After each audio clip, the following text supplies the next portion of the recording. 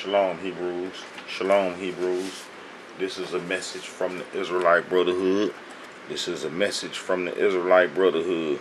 In Hebrews, what I want to show is that how the people that was placed in Samaria in 722 BC during the Assyrian captivity or our Assyrian troubles, and how the Assyrians placed some Babylonian scribes in Samaria by the name of Sepharvaim.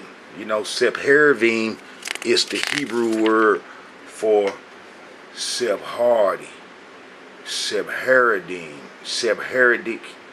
You know, those are Canaanites, you know, and them folks is from Babylon, and they are the Babylonian scribes, you know, the Sepharvaims. You know, Sippar is a very important city in Babylon. Basically, that's where all the gods' history come from, you know, come from Sippar. And Sippar is the word for Sepharvaim, and Sepharvaim is the word for Sephardi, Sephardic, and Sephardim.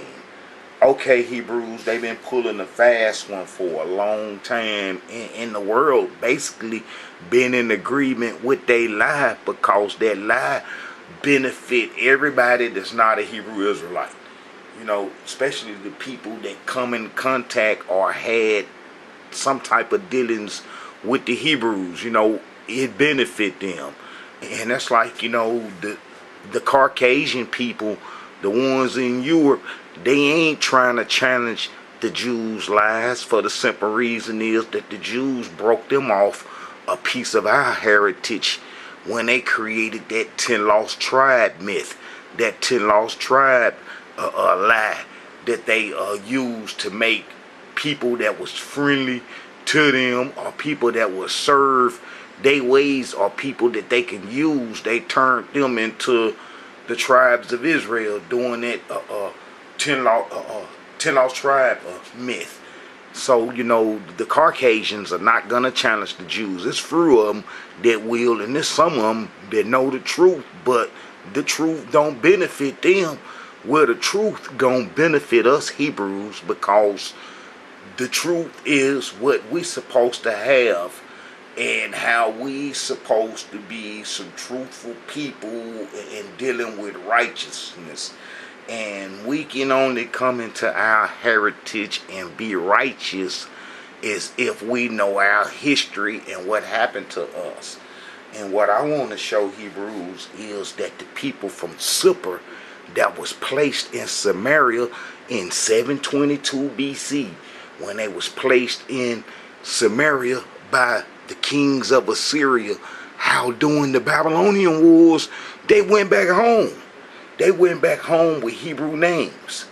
And then they done forged that off in history as if the Hebrews were there in Babylon in Sippar having a good time doing trade and doing everything.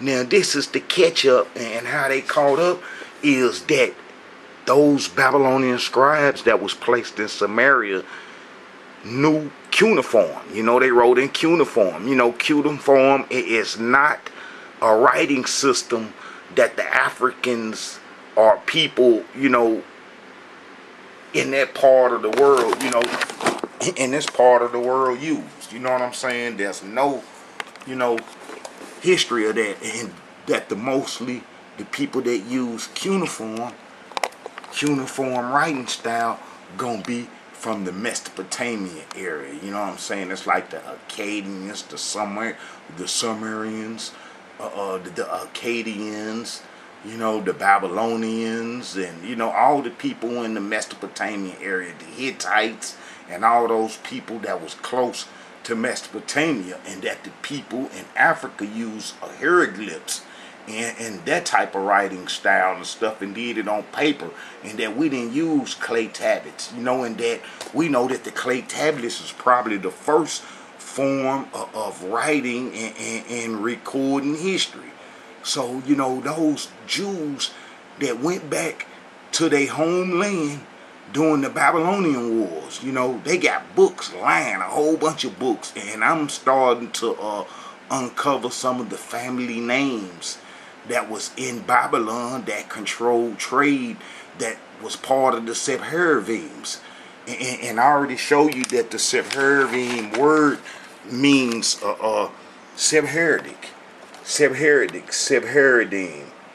Sephardi. You know, Sephardi means Sephardim, Sephardic, Sephardim. You know, they are Amorites, and the Amorites are the founders of Babylon.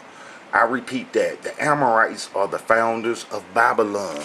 And how during the Babylonian wars, them people went back to their homeland and kicked it and did trade. And then they try to make you think that the Israelites that from the tribe of Judah went to Sippar, where they was from, where them Babylonian scribes from, and parted there and rode and did trade and had family and just had a good time.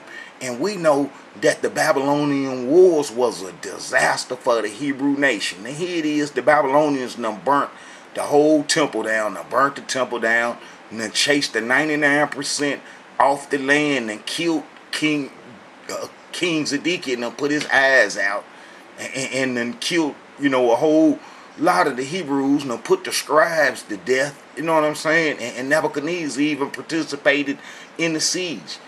And that when these Hebrews, they trying to say that when these Hebrews got to Babylon, that they just started partying, writing in cuneiform and speaking Aramaic and just having a good time, and even had long distance trade and everything. And then they say that they went to Sippar out of all places. And we know that the last dealings that the Sepharvaims would have with a righteous king would be King Josiah, before the Egyptians put him to death, and how he cleaned up the Sepharvaim and Egyptian religion in the northern kingdom. You know, he cleaned up the whole Israel, the whole kingdom, before, you know, the Egyptians killed him.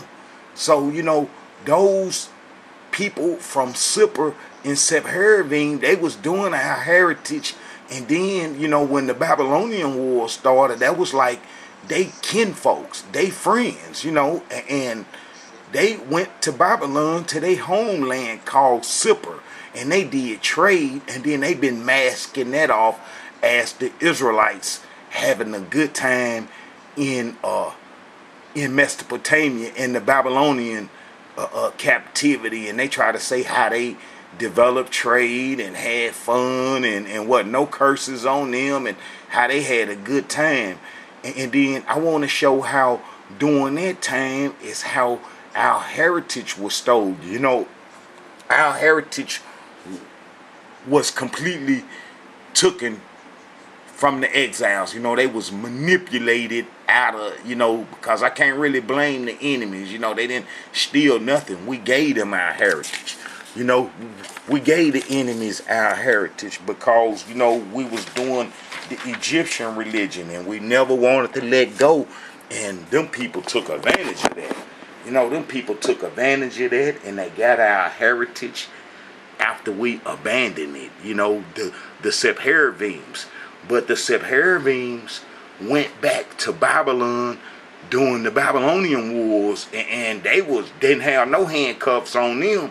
You know what I'm saying? There's no recordings of the Babylonians being against the Sepharvaims. You know, those are their chief scribes, their chief writers. You know, it's impossible for the Babylonians to be against the people that put the whole Babylonian history together. You know, all his gods, Marduk, Norjal, you know, all this history, the Gilgamesh epics and all that. All that come from the Sepharvaims at Sippar. You know, all that come from there. And all the whole Babylonian archives of all this history and all this trade and everything basically come from Nippur and Sippar. And I want to show that how these folks got books, and they've been tricking the whole world.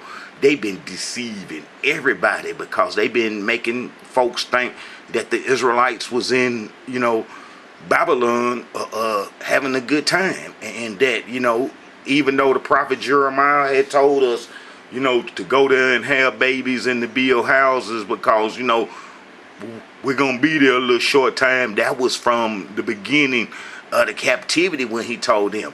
Them Hebrews wasn't in Babylon 60 years. You know, the beginning of the Babylonian wars started when they first deported some of the people, exiled them. It is around about 597 BC. 597 BC. That's the book of Ezekiel and them. And then if you look, you know what I'm saying, you will see that some of the Hebrews wasn't even taken directly to Babylon, and that, you know, we was taken to, you know, other parts, you know, because the Babylonians must have, you know, held, you know, other people's territory, but how we was mostly taken to Susa. That's in the Elam's territory. That's like in the back of Babylon right there. That's in the back of Babylon. We was taken to Susa. And so, you know, that's like Ezra, Daniel, Esther. All them Hebrews was in Susa. And those are the, they report that the Hebrews was in captivity there. A bunch of them.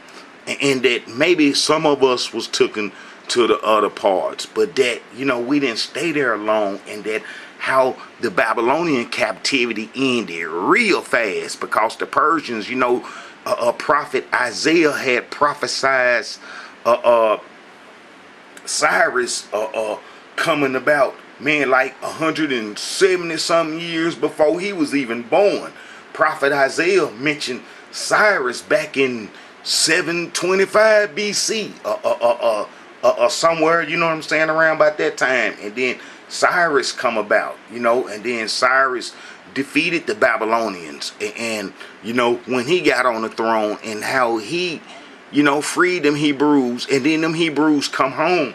But what history trying to show, and I already proved that the whole Western history is in the hands of the Babylonian scribes, the Jews, the Sepharvaim. You know, they are responsible for the whole Western civilization, period, as being Amorites. You know what I'm saying? As well as Ashkenazi play a great part in that too, but they come later. And what we have now basically come off Ashkenazi from what they took from the Sephardis.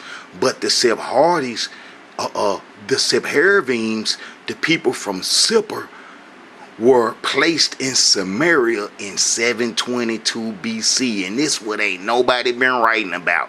This what ain't nobody been trying to talk about, is how it was them that went back to Babylon, and how that they was the ones that constructed the Babylonian Talmud and all the Babylonian books, and that it wasn't the real Israelites that was taken into captivity in during the Babylonian wars, who mostly lived in these parts, you know, Elam, inheritance during the Babylonian captivity. And that's the book of Daniel, Esther, and Nehemiah. All of them come from the palace Susa. So, you know, a great percentage in the majority of the Hebrews, you know, went to these parts during the Babylonian captivity. They could have been trying to get us to fight them folks, and it didn't work. You know, it's a whole lot going on. It's like I show how the Assyrian captivity isn't what history been teaching. You know, when they teach that 10 tribes was taken during the Assyrian captivity,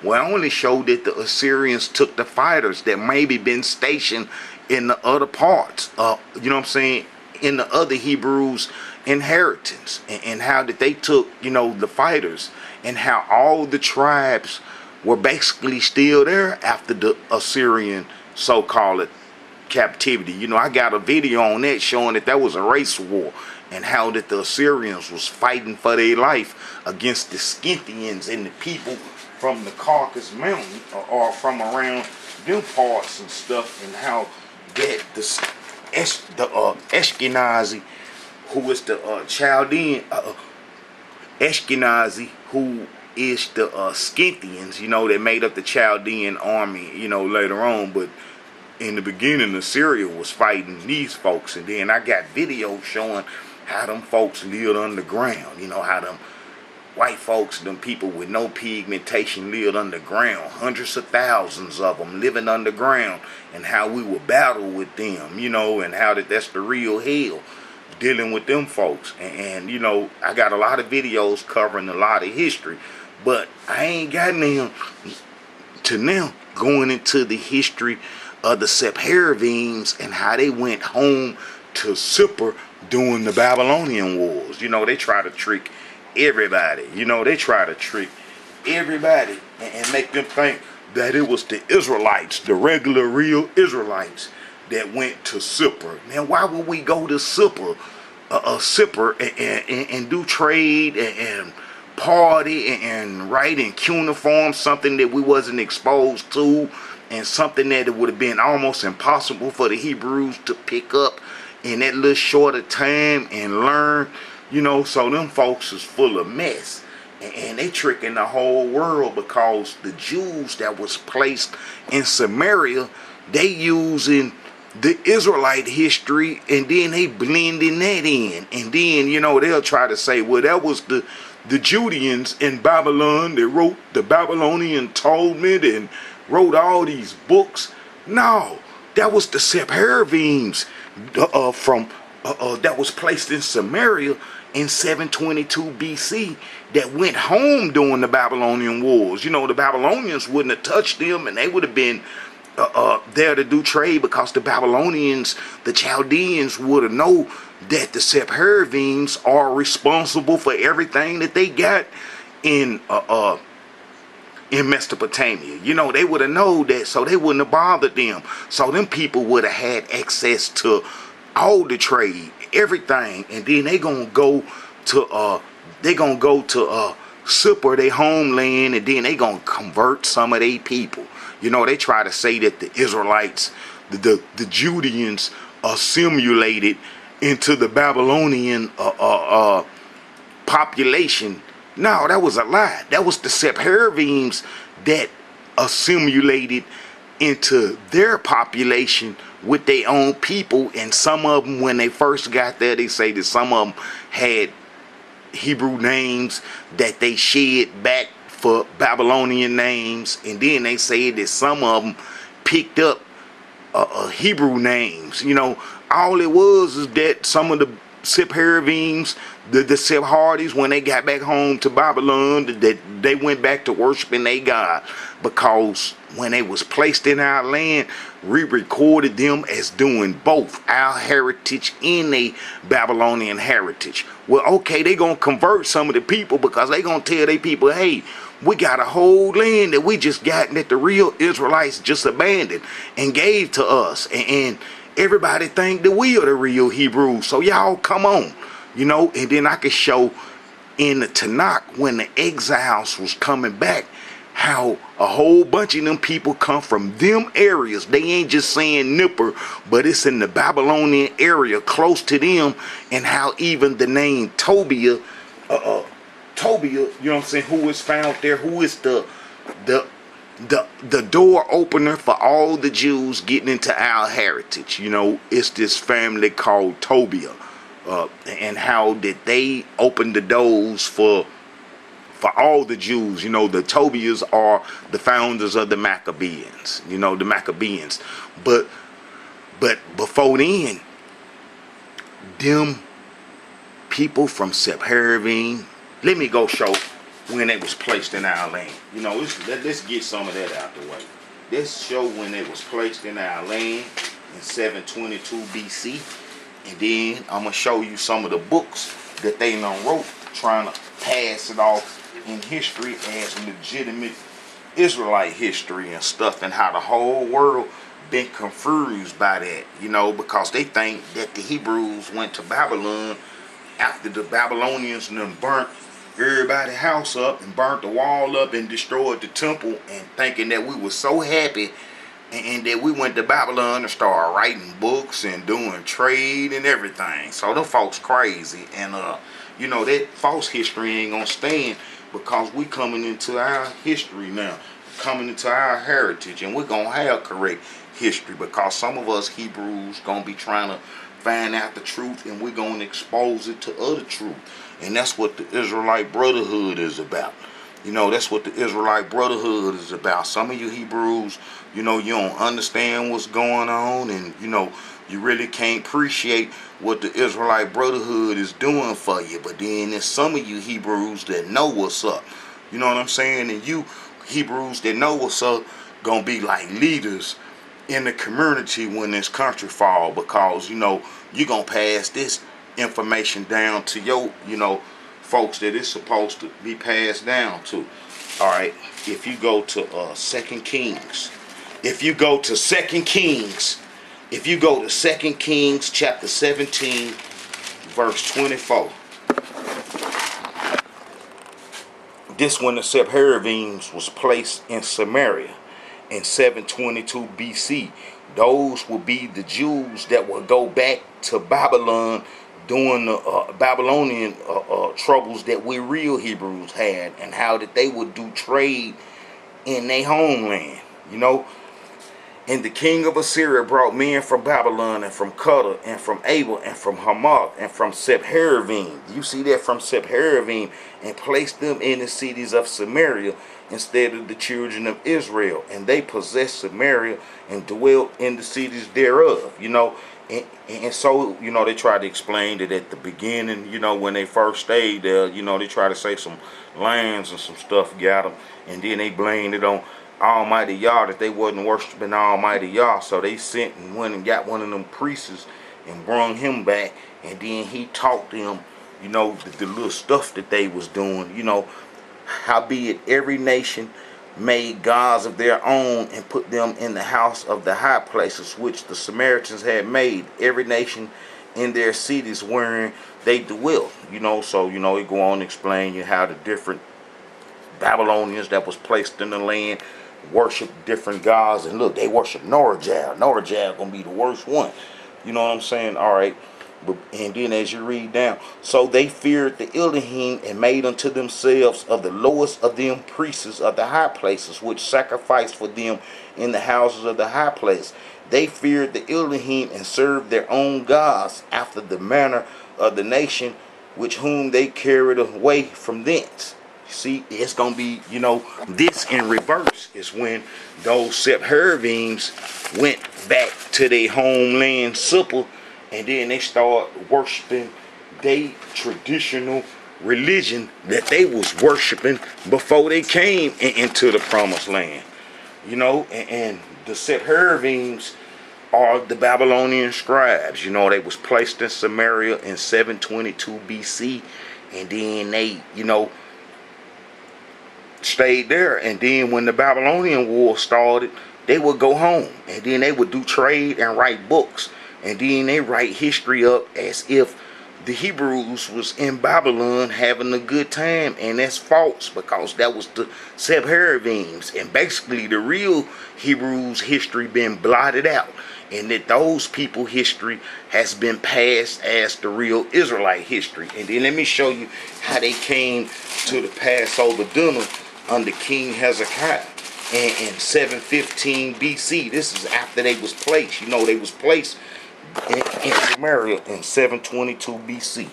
Alright, and then when you get to 2 Chronicles chapter 30, and then you get to verse 25, you'll see that some strangers come to the Passover dinner. So they was doing the Passover dinner, you know what I'm saying, with us. And then this another thing that I want to expose to Hebrews is that we messed up big time during Joshua's reign. When Joshua got in control, we got tricked out of our heritage. We didn't get tricked out of our heritage, but we got tricked and played by some Gabonites that would lead to us losing our heritage. You know, it would lead to us losing our heritage, because, you know, the people that come back from the Babylonian captivity were the Nethinims, and the people that we didn't destroy. You know, it was the people we didn't destroy.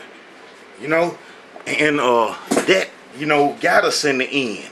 You know, that destroyed us in the end. You know, because here is some people, you know, that we didn't destroy when we had the chance to, and then how that they would, get our heritage in the end during the Babylonian wars.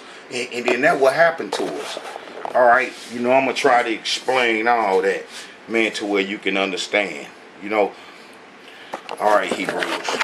All right, if you go to 2 Chronicles chapter 30, verse 25, you will see during King Hezekiah time that some people came, to the Passover dinner. And then that's going to be the people placed in Samaria in 722 BC, the Sepharvaims, the strangers. They the only strangers placed, during the Assyrian captivity. And this is the troubles that King Hezekiah was having, and was during the Assyrian troubles. All right, and all the congregation of Judah with the priests and the Levites and all the congregation that come out of Israel and the strangers that come out of the land of Israel that dwelt in Judah rejoice. So that's going to be the Sepharvaims coming to the Passover dinner, like they was already doing the heritage that they had in Samaria, as I've showed, after they was placed, and how they, followed our tradition and then followed their own, and then that's going to be the Babylonian scribes going back to Sippar, and then abandoning the Hebrew names and picking up they traditional Babylonian names with its gods in it. And then how some of them converted to our heritage. They probably had some kids there or whatever. And then, when the exiles started to come back home, them people come back home, start to come back along with some others. And then that's when the prophet Ezra and Nehemiah put the brakes on it, said, hold up, y'all ain't no Hebrews, y'all ain't descended from the Israelites, and y'all can't get in our heritage like that.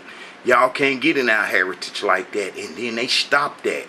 They stopped them from getting in our heritage. And that would be one of the reasons why the Greeks would roll up and destroy the exiles. Because, when the Greeks come in, I got all kind of history showing how the Ptolemies, the Lycimus, and all them claim the Israelite heritage, and how that they protected the Jews that was in the promised land. And then how that, they wrote books, took the books and translated them in Egypt, in Greek and everything, and how that them Jews had a good time doing Greek time, what is called Hellenistic culture, and then I also show how some of them Jews was down with the Seleucids, Alexander's flunkies, his generals, them divided his empire up, and the Ptolemies ended up with the most important slice, Egypt in the promised land. Well, the Seleucids had an equally valuable part, because they had Babylon and Syria and those parts. And I believe that the Seleucids was kind of more or less in line with Ashkenazi, and how the Greeks and the Alexandrian Jews were more in line with the Sephardi groups. But they all go back to this dude named Tobia. Tobia. You know what I'm saying? I got a video explaining, the Tobies. Man, and how them folks, how the Tobies, or how the Jews got into our heritage. It's from the Tobies. That Tobiaid. The Tobies, and how that they are the door openers for all the Jews getting in and planting their feet and just taking over the Israelite heritage.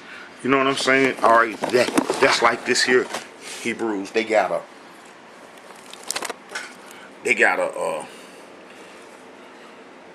this book called Judeans in Sippar and Susa. They tried to throw Susa as the cover up because they know we was there, but they tried to say that we was in Sippar, where the Sepharvaims are from, and that we was there writing books and doing trade and everything. And then they even got cuneiform texts where they try to say that it is Hebrews. They had Hebrew names, they wrote it and everything. Okay, that's going to be them Sepharvaims from Samaria that was placed in our land in Samaria in 722 BC. That's going to be them. And how did they cover up the whole Babylonian captivity with false history, mostly dealing with them. And it's like, in the book of Ezra, in the book of Ezra, them folks come try to get in our land. They went and got some more of their people from Babylon, around by almost 1,000 of them. And then they came back to the promised land and tried to get in our heritage, And I'm going to tell you, because they knew that we was wicked during the Babylonian captivity, before the Babylonian captivity started, how wicked we was. And that's what the book of Jeremiah is about. The book of Jeremiah go into detail of how evil and wicked we was. So it wouldn't be nothing for them people to try to pull a fast one on us. And that's what they did. And they've been slick ever since then. You see, because they developed the whole Western civilization and its history. And so they can manipulate words. They can manipulate history. You know what I'm saying? That's like, I got some history showing that how they went to their temple, Ibubra, is probably the pronunciation of it, and how that was the bank. That was the bank. They temples was they banks, and how the whole banking institutions started from there and from their trade, and how families, I'm starting to discover the family names, the Sepharvaim family names. It was about 5 of them that controlled the whole Mesopotamian trading and stuff, and that how they name is on all the documents. All the cuneiform text, you're going to find a name of them dealing with some trade in this form or that fashion. And they'll try to cover all that up and say, well, the Israelites was in Babylon doing trade and having a good time. And, that's false, because when we was taking out the promised land, it was for a punishment. Not no blessing. We didn't get kicked out the promised land to have blessings. We got kicked out the promised land to have curses, and that those Hebrews that went to Babylon barely escaped with their life. And then they would eventually lose their life upon returning to the promised land and falling back into their traditional sin of messing with the enemies that we wasn't supposed to pass our heritage over to. And that what allowed the Greeks to come up. But this how I'm going to show that there's no 10 lost tribes too, because, this kind of like stopped that, this stopped the Babylonian from telling the lies, because they just try to say that it was the tribe of Judah that went to the Babylonian captivity. That was part of the Babylonian captivity, because they had already told the lies and said that the 10 tribes were taken away and gone during the Syrian time. So they trying to keep up with their lie. But I'm going to show that the Israelites was there during the Babylonian captivity, because if we was there before the Babylonian captivity, after the Assyrian captivity, if all the tribes was there after the Assyrian captivity, then they will be there during the Babylonian captivity. So it was all the tribes took into Babylon. And then that's why we tried to ask them folks, when them people come back, them Sepharvaims and Tobiah and Nicodia and all those folks, Delilah and them people, them Sepharvaims that was kin to the Nethinims, because the Nethinims wasn't nothing but all our enemies combined that we had made into servants. And them folks had got into the temple and started serving into the temple. Well, the other folks tried to come in behind them, the Nethinims, and they eventually did.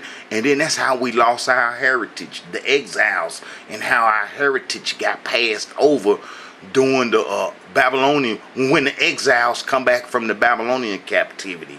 And then they would get the Jews our heritage. The Jews played them out of it.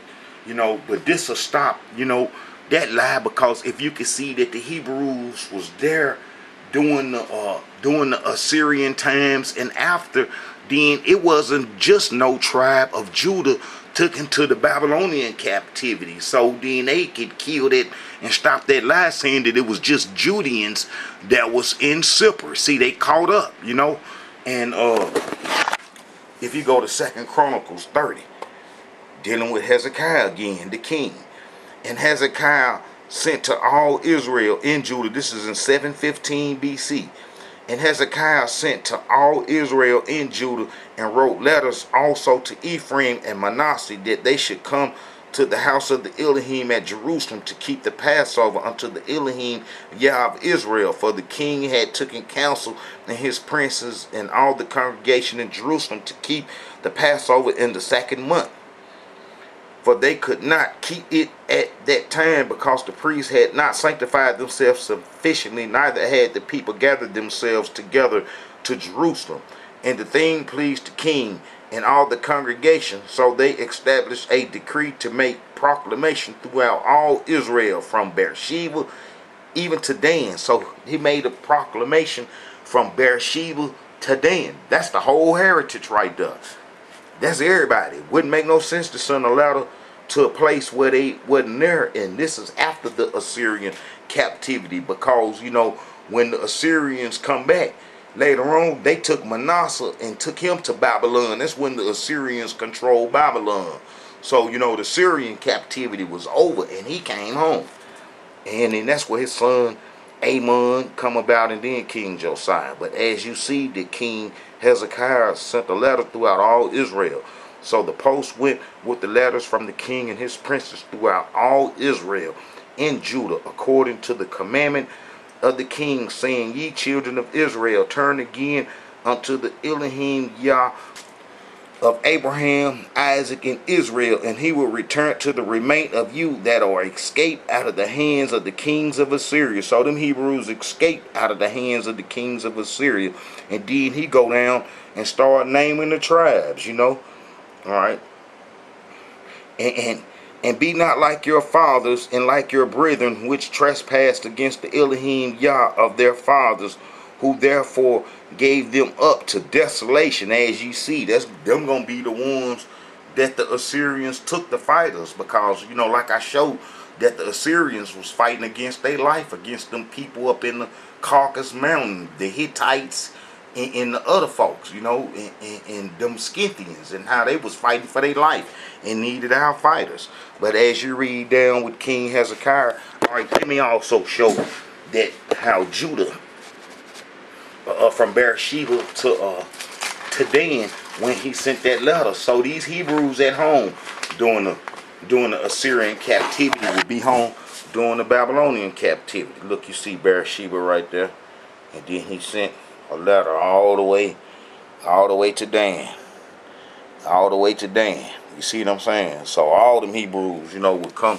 to the Passover, like King Hezekiah said. And then as you read down, so the post passed from city to city throughout the country of Ephraim, Manasseh, even to Zebulun.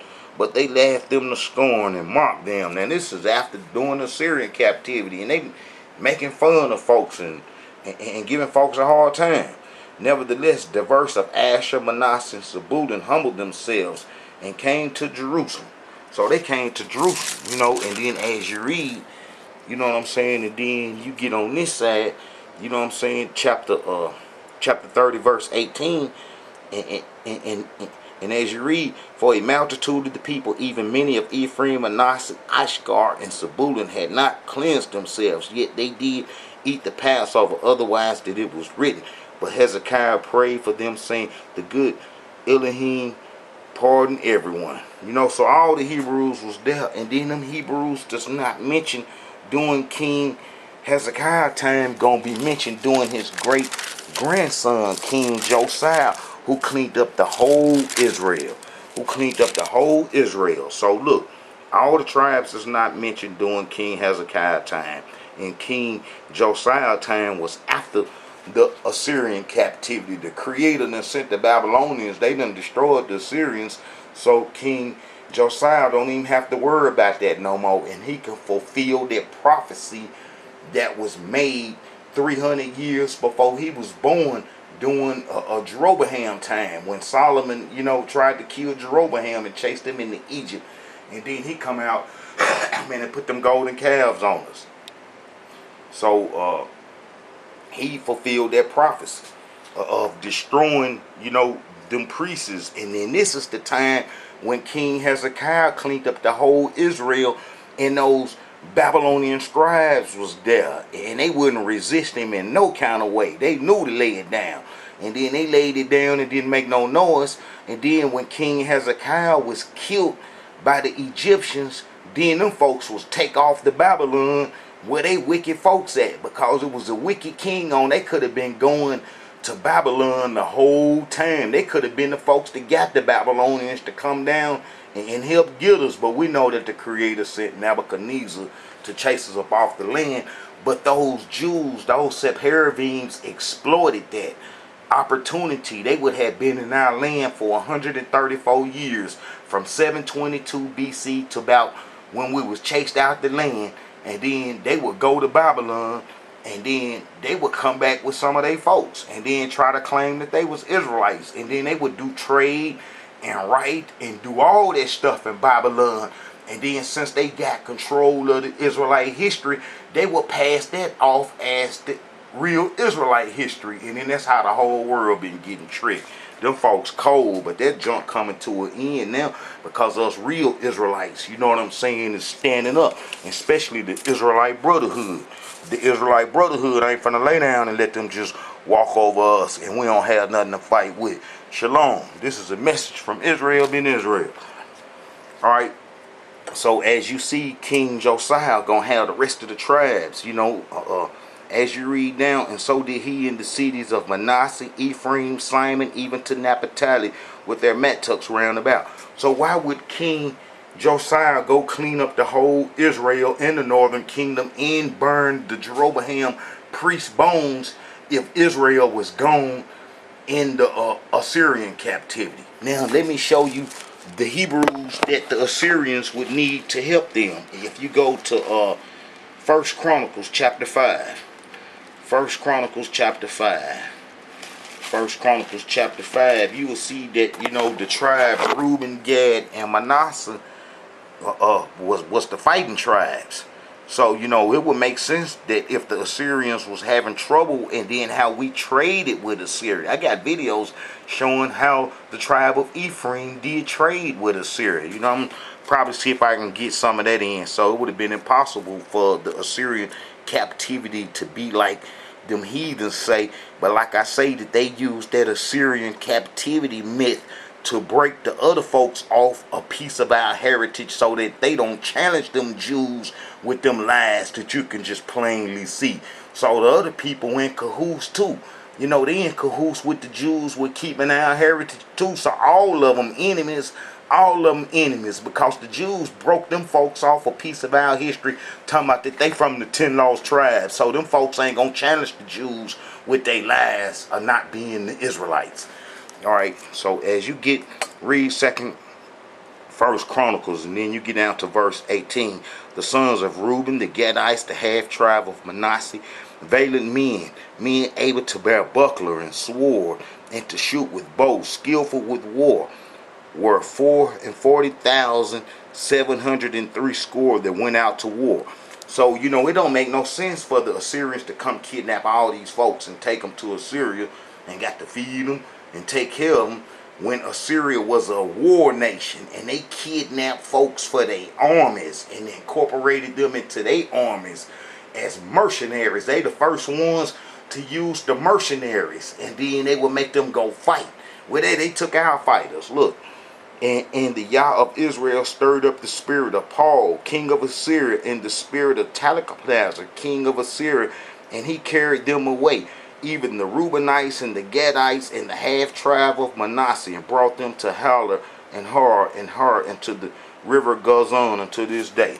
You know, we know Hezekiah was took there, not Hezekiah, but the prophet Ezekiel was took there too, and how did those Hebrews that was took into Assyria would come home, and what's called the satire history of Egypt. You know, when the Assyrians came to Egypt and took it over in 697 BC. It wasn't too long after they took the fighters. And then they went and got some more folks to try to submit, some more Africans to try to help them to fight. You know what I'm saying? And it's like I proved over and over how we did trade with Assyria, and how Assyria wasn't what everybody been trying to pass it off as, the Syrian captivity that took the tribes away and 10 tribes gone and all of those foolish stuff. You know, them folks is crooked, man, and they been getting away for a long time with our history. You know, because ain't nobody been challenging them, because the Hebrew organizations, they use, the 9 out of 10, the majority of the Hebrew organizations use Jewish myths. They use Jewish myths, and those Jewish myths don't explain our Israelite heritage. It take you away from our Israelite heritage, you know. So, you know, them Hebrew organizations that's on them Jewish myths, they ain't gonna tell no truth. They don't know no truth, because they using the Jewish myths that lead you away from heritage. That's like this. You know, the tribe of Ephraim did trade with Assyria, and then I got all kind of history and the prophets Hosea and all them books show that how Ephraim and the tribe of Israel did trade with Assyria before the Assyrian captivity. Look, Ephraim feedeth on a wind and followed after the east wind. He daily increaseth the lies and desolation, and they do make a covenant with Assyria, and oil is carried into Egypt. You know, oil is carried into Egypt, and the prophet Hosea book was wrote in man, it's gonna be in 735 BC. You know, he was a prophet of the tribes of Israel, and how, you know, we did trade with Assyria, so it wouldn't make no sense for the Assyrians to take 10 tribes, and some of them was cool with them and did trade with them. You don't see them mention them taking the tribe of Ephraim. The tribe of Ephraim been there the whole time. So that, alright, check this out, that when the Babylonian war started, all them Hebrews was be there, because we there during King Josiah time. And King Josiah had prophet Jeremiah that was there, that was ministering to the tribes of Israel. So, you know, the tribes of Israel is there during prophet Jeremiah time. I got all kind of verses showing that the tribes of Israel still there during prophet Jeremiah time. And the Elohim said unto me, the backsliding Israel had justified herself more than treacherous Judah. You know, but as you read, you know, go and proclaim these words, turn toward the north and return, thou backsliding, O Israel. So, you know, the Creator told prophet Jeremiah to go to Israel and tell them to turn around and quit backsliding. You know what I'm saying? And what getteth thou about so much to change the way? Thou also shalt be ashamed of Egypt, as thou wast ashamed of Assyria, because Assyria got their mouth knocked out by the time that prophet Jeremiah come around, and when King Josiah was on, because the Creator gave King Josiah the chance to, you know, fulfill the prophecy.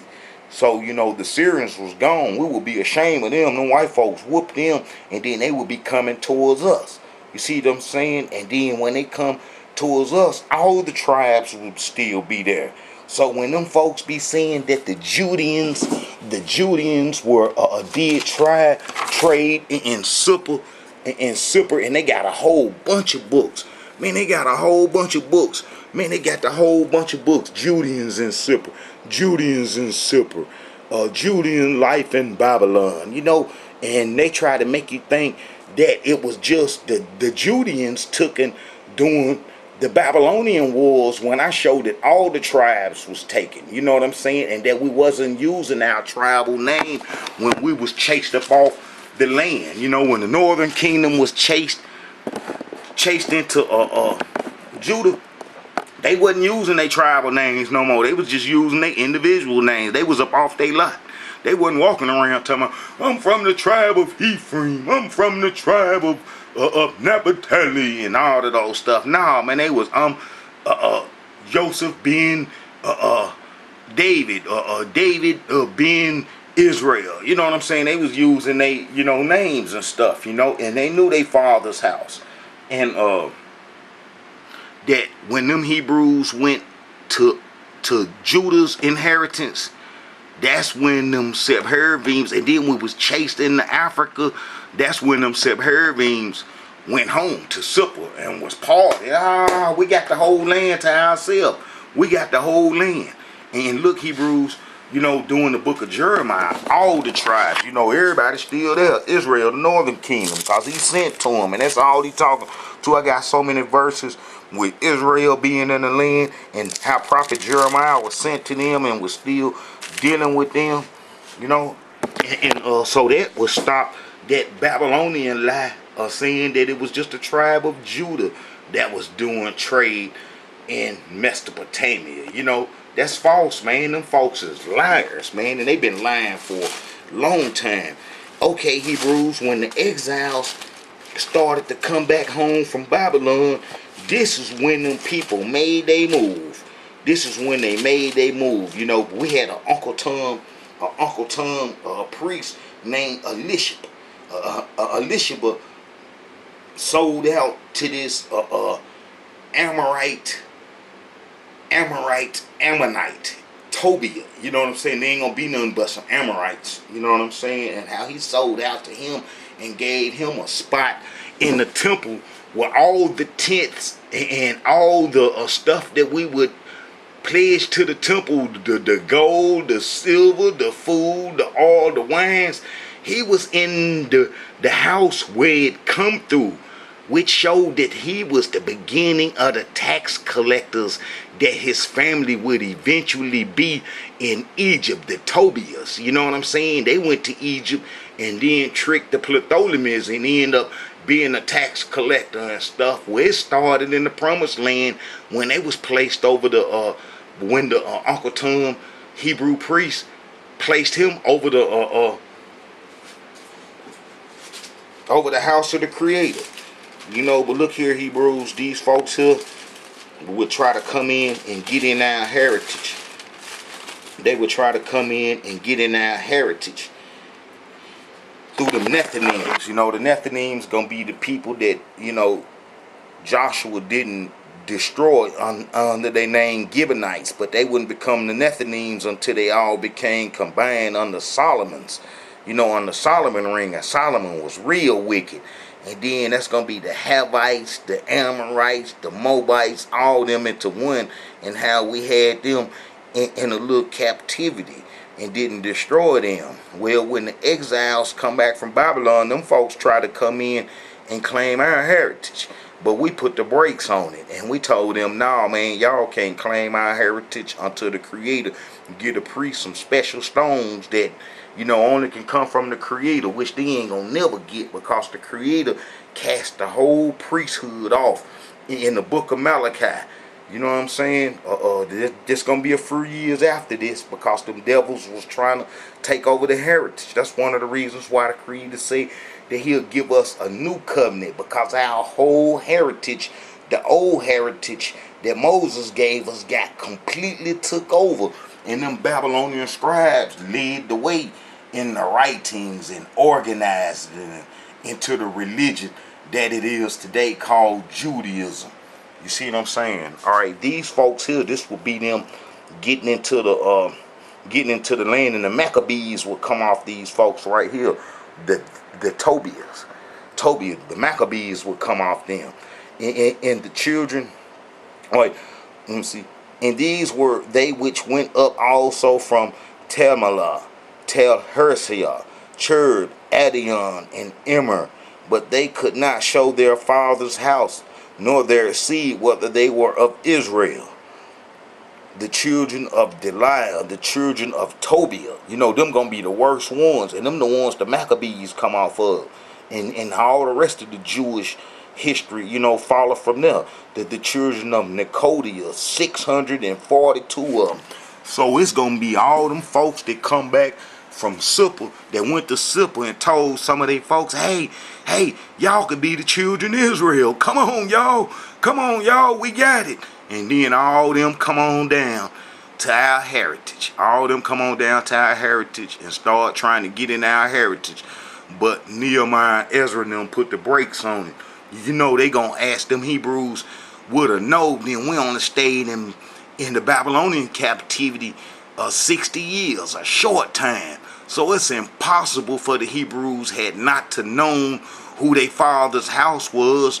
That's going to be them folks coming off them Nethinims and them folks mixing in with them trying to get in, because the Nethinims couldn't prove that they was Israelites. We just accepted them because we knew who some of them were. So the other people tried to get in with the Nethinims, trying to get in our heritage, the Moabites and the Ammonites, the people that the Creator said couldn't come into the Israelite heritage forever. And then they got in, and then they, the Edomites would get in. Everybody got in our heritage and took over. And then, and it go from when we didn't destroy them folks, in Joshua times. Joshua didn't destroy them folks, and they messed us up. They tricked us big time. They tricked us big time. You know what I'm saying? And then it's like, when they try to say that, only the tribe of Judah came back from the Babylonian captivity. If you read 1 Chronicles 9, so all Israel were reckoned by genealogies. And behold, they were written in the book of the kings of Israel and Judah, who were carried away to Babylon for their transgressions. Now the first inhabitants that dwelled in the possessions in their cities were the Israelites, showing that we was home. And I can show you in the book of Nehemiah how everybody had to live in Jerusalem or the cities around when we come back from the Babylonian captivity, and how Israel was among them. Let me see, the cities, the Israelites, the priests, the Levites, and the Nethinims. And in Jerusalem dwelt the children of Judah, and the children of Benjamin, and the children of Ephraim and Manasseh. And Ephraim and Manasseh gonna basically constitute the rest of the tribes, because they was the leaders of the northern kingdom. And prophet Moses, our father Jacob, and them, they knew and said that Ephraim will be, the leaders. Joseph's children will be the leader, of the other tribes and stuff. And that's what happened, especially during the split, when we broke up from the southern kingdom, the house of David, and the northern kingdom was up under Jeroboam, where Jeroboam was from the tribe of Ephraim, and it was Joseph's descendants that was the monarchs in the northern kingdom. That's why all the leaders basically come from the tribe of Ephraim. All right.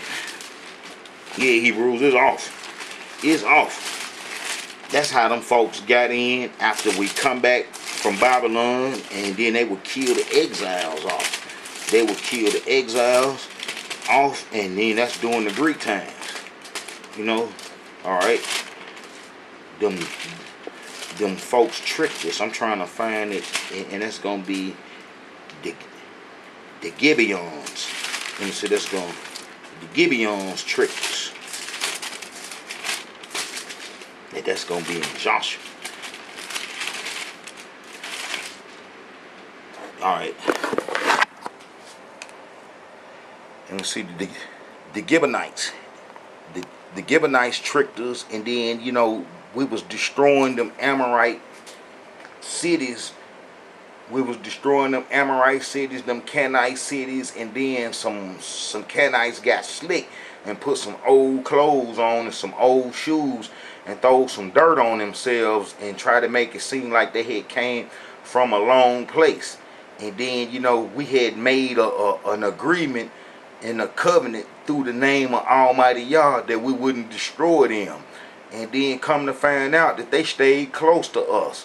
So Joshua with the congregation made them hewers of stone and to carry rocks for the people that worked in the covenant. The Levites and the priests. We hadn't had the temple yet, but they was to carry the ark and carry the wood and do everything that concerned the temple, and we didn't destroy them. Well, they were translated to the Nethinims, and they wasn't kin to none of the Israelites. They was supposed to be servants and slaves only. And then, during the Babylonian wars, them folks would, come back You know, if someone was taken, evidently someone was taken, and they came back, and the enemies tried to get in through them, and then we put the brakes on it and said, nah, man, you know, y'all ain't from the tribes of Israel. And then that's going to be the Tobiah and all them other folks. And then they would eventually get in. They would eventually get in because they would, you know, have the temple. And Elisha and his sons, you know, messed it off with them folks, you know. And that would be the losing of the exiles' heritage. You know, us that had went into Africa during the Babylonian wars, we was already locked into Africa. You know, I got plenty of videos explaining that. Okay, Hebrews, this, you know, what I want to show, you know, is that the Sepharvaims went to Sippar during the Babylonian wars. And not only Sippar, but to Nippur and a whole bunch of other points in Babylon. That was their home. So when them taking the Babylon, you know what I'm saying? Or they probably went freely, probably rode on our backs there. We don't know because we didn't record the history after that. The exiles record the history. When they come home, that's going to be Ezra, Nehemiah, Haggai, Zechariah, Malachi. Those 5 prophets covered the exiles' history. And, you know, after that, it was over with. It was over with. Just the exiles' history. Right there. 430 BC, it was over with. 430 BC, it was over with. Then the Greeks come in 98 years later.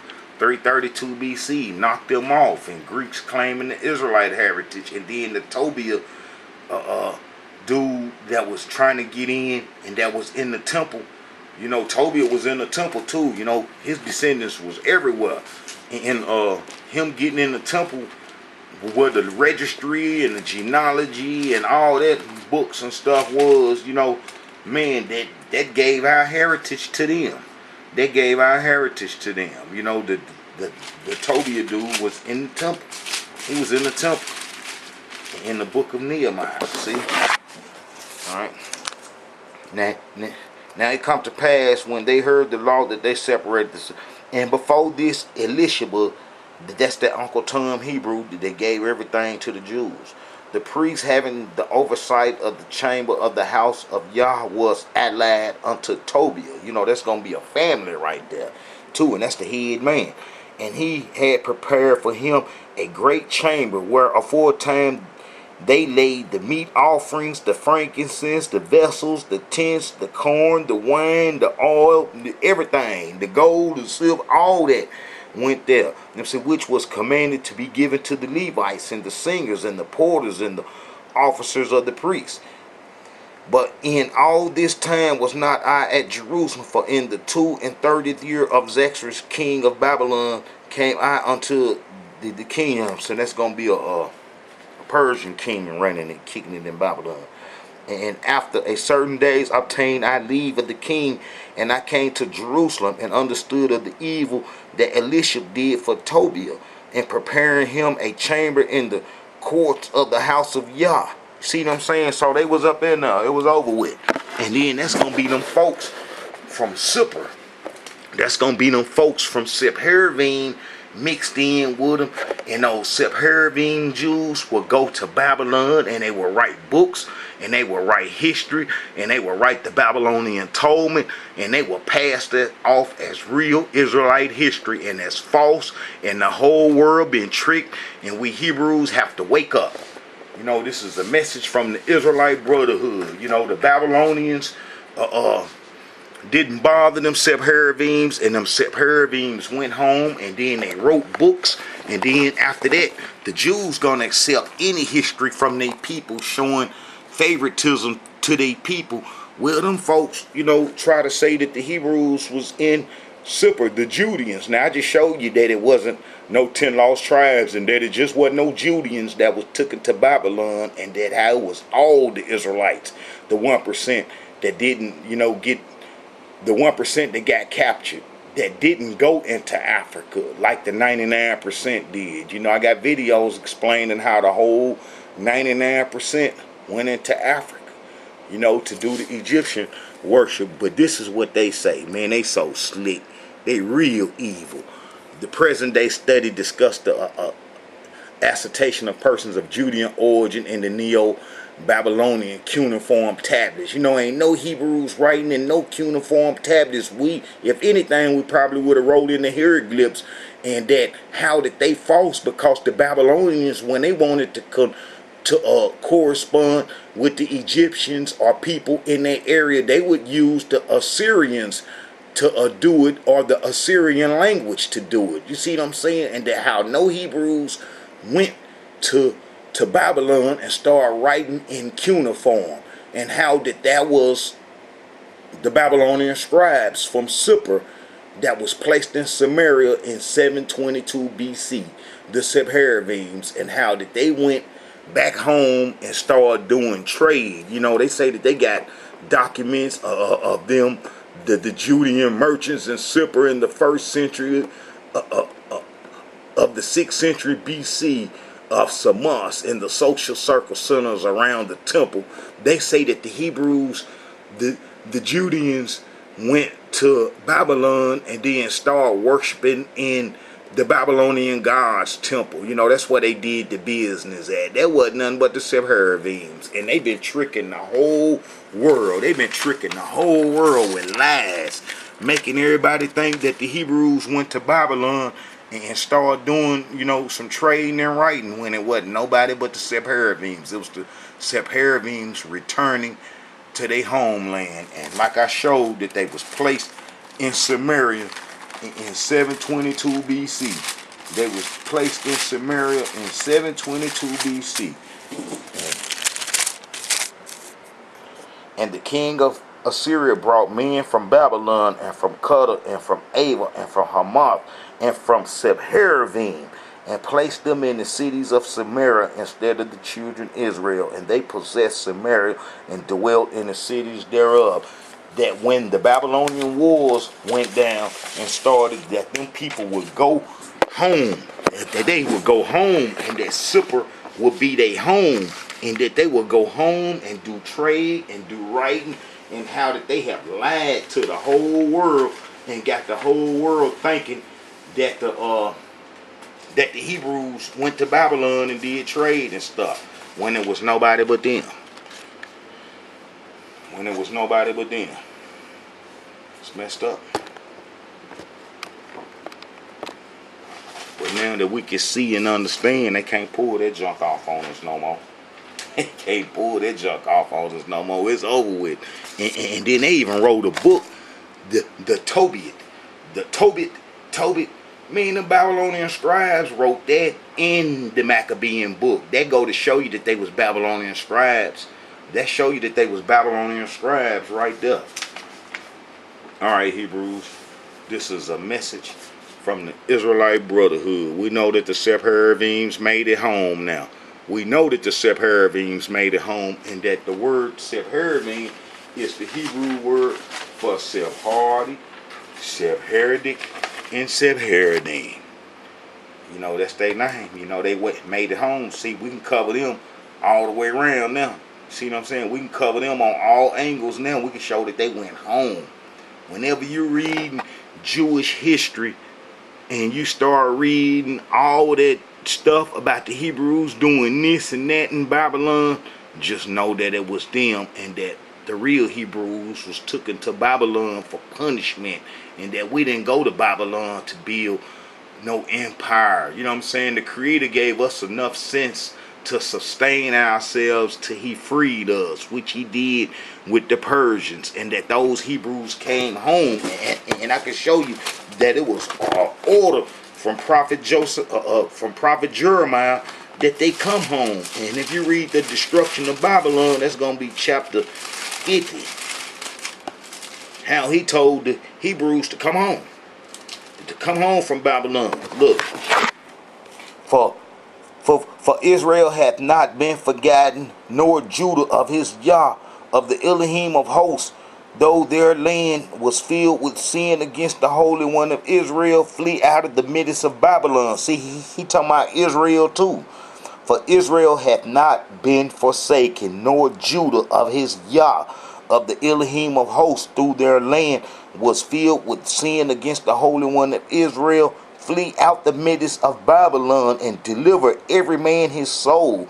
Be not cut off in her iniquity, for this is the time of the Elohim vengeance. He will render unto her a recompense.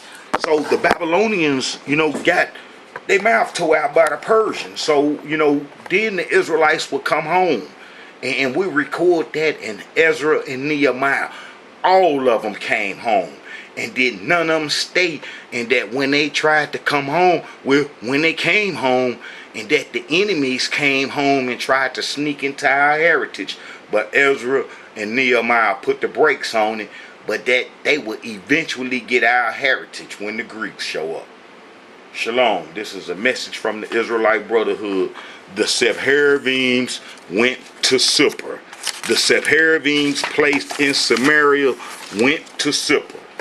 Ain't no question about that. The Sepharvaims went to Sippar, and they try to write that up as if the tribe of Judah went to Sippar, and that's false history. Shalom.